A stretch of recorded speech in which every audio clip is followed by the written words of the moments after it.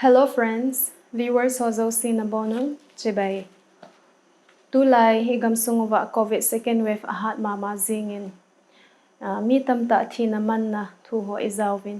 Eho society sunga zong thinaman na tamta hinto tawin. Hitia COVID second wave in igam sungu hata hinsu hata zin. Government in zong mi atam na thaype na vaccine bolding panahin la na hile. Mi tamta long sunga hin. Vaccine hi safe lau ham ti hi ti za na tha be in ahunging tan hi zi chun tunin hi chi thu neu cha na seyutin amasan ke hi doctor wang ka hi pon ahin ka hin sei do ding ho hi doctor ho le lo langa chi na thip na nei ho a ko na ka hin la do hi in ama ho seidan in zong ne gel pi theo hi tunin vaccine hi safe lo ham ti isei masangovin vaccine chung chang neu cha ka sei no men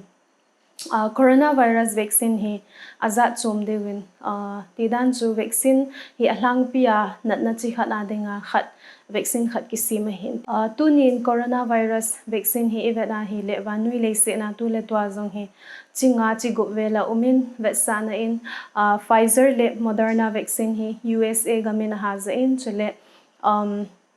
Sputnik V le Sputnik 5 hi Russia 10 azangin chule India inzong Covishield Covaxin ti ho he kizangin tunin gamdanga vaccine kizang ho ana focus daw hetin India gamsunga itabang bang vaccine kizanga chule side effect ho ipp hamti chomlam taina na sayu hetin tuni changeya India kizang vaccine hi thuma hi in Covishield Covaxin chule Sputnik V ahilole Sputnik 5 kiti vaccine hi in aban nei chan hin seu hetin ama sapenin Covishield vaccine ana seu hetin Covishield hi UKA Oxford University le AstraZeneca Pharma company ten ana simo hi in AstraZeneca vaccine kiti in hichi same formulation zangin India azong Serum Institute of India nuya akisimin Covishield akisain hichi vaccine hinyau cha background seu hetin atil lion hichi vaccine hi aniki test in imacha boina ompun ahin mi pin ahin za pan phanin wangsenum tain Norway gama health workers mili kumsom nga nui lam ho akonin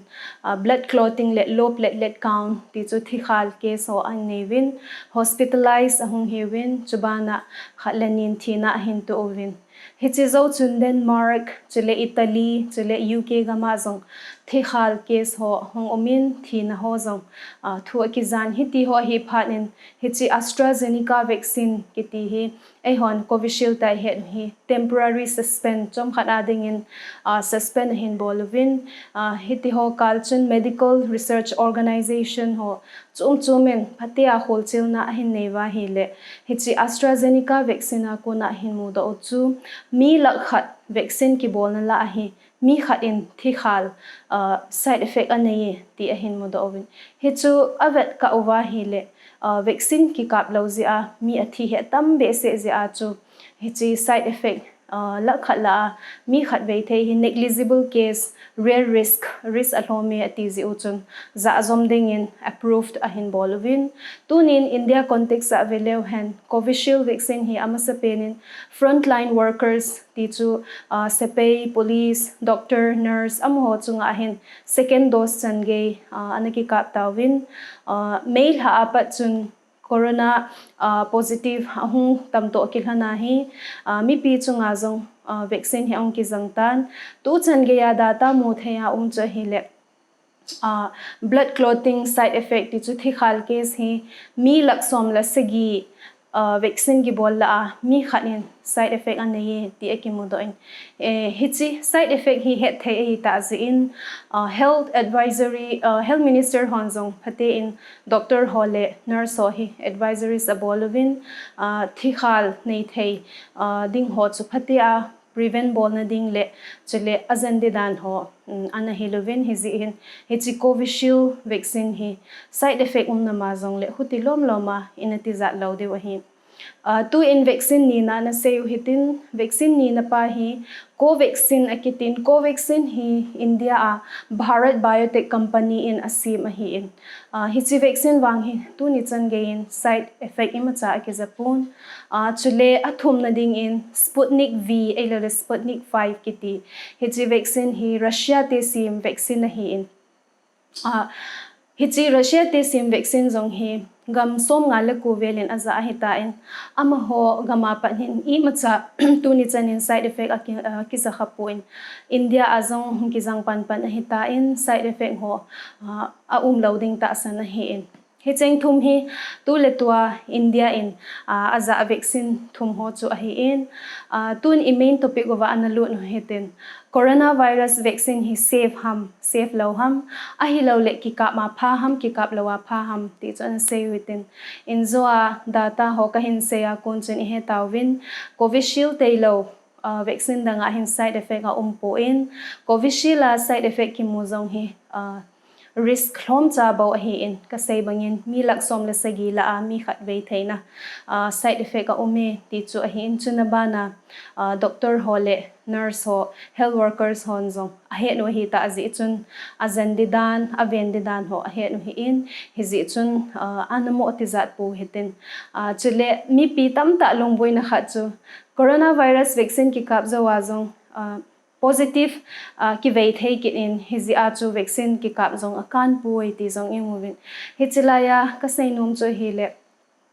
tu chan ge ya covid vaccine hin sim company zo si khacha hin zong a vaccine sim hi 100% protection a ometin claimable povin 80% claim protection a claim ovin ipiseina ham tile mi za ki kap na la chu mi somge tabang hi protect zoe ti chu veikit theilouding mi somni tabang hi veithei na ding chance ome tin asevin hizi a chu vaccine hama na ki kap zawa positive na hung hi kha zong le hi chu a himo pui ki veithei na chance ome ti a hi in hi chi chung chuna doctor hon na sei khanu chu vaccine ki kap khat chu positive ahung vei ki na hi zong le vaccine ki kap lo pa sangin abei azandan abeilam zoi atiwin hi chule ambana mi tam ta long op kai na khat chu covid vaccine ki sim hi phat achomwal ji hin gincha lal na sang ta omin azi chu vaccine ho hi alang pia ki sim ting le alhom pe na kumnga pa na kum somvel phat lu ji hi in azi chu doctor ho in mi him ho chung le gan hing ho chunga hit and trial basis ho abol jewa khat khara test abol jewa hi te chu pha so ta hong lu je hin a hin covid vaccine hi kum khat le ke ka sung hin ahung ki sim do in azi chu tu lai technology khan to dong zu in super computer chile artificial intelligence ho le machine dang ho mang cha in doctor ho le scientist ho in gang ta in hi chi vaccine hi develop a hin bol do theiwin hi chi chung chuna vaccine sim na a ki poimo pen protocol zong azuyuwin hi chi pi ham tile human clinical trial testing phase thumchan chipa hi azuyuwin ipisein ham tile vaccine ho hi a ki sim zo ting le short term long term effect ho het theina dingin mihim ta sa chunga hin kap ziwin ave ziwin hi chi ho wang hi covid vaccine sim hon phate chan azuyuwin hezi chun gincha lalna sangin ei ho zo in doctor hole scientist ho in pha so ta lut ding vaccine hi chomka sunga hin bol do thei hi ei ho in pacha zo in a bol deu hi in tu in covid vaccine hi safe lo ham ti I hetawin covid vaccine hi safe a hi in atam thei pen le agan na thei pen in vaccine aniki kap so ke hitin azi chu to second wave a hi ha ka mai ki ka mova herd immunity a do angai zin herd immunity iti ting le beilama sei dinga chu mi zo si vaccine hin ki kap so wa mi zala a somge tabang hi veike taloding somni tabang hi vei thei ke zong le mi khalani somni la chu aveya hi zong le hichi virus na hi midang ho api son le thei ta loading o hi ji a chu virus si amale ma olola anadai thading hi ji chun tu chunga hi herd immunity do thei lawa hi le third wave zong hung theina la hi in third wave ting le chun tua second wave sanga hi hana na hung na sa joding a hi in hi zi chun mihim hi nan vaccine hi tiza kicha zong le ani ki kap so ke hetin azi chu covid side effect sanga covid zia thina ding hi gam chenga beilam zo hi zi in vaccine ikikap so ke diwin ikitimovin sei khil seiwal a umle ngaidam kahin tumin ka kipai